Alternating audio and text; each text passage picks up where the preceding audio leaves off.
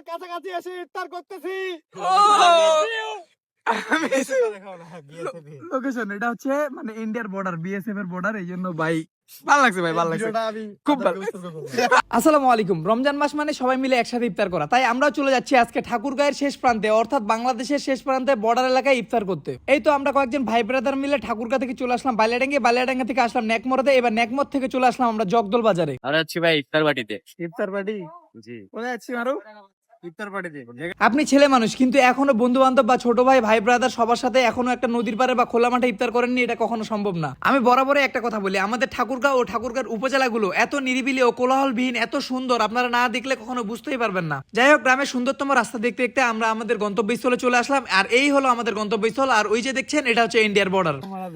আমাদের ভাই তুমি রোজা আছো না, মুখে রোজা খারাপ করলা কেন? এটা কিন্তু দিয়ে দিব। Final destination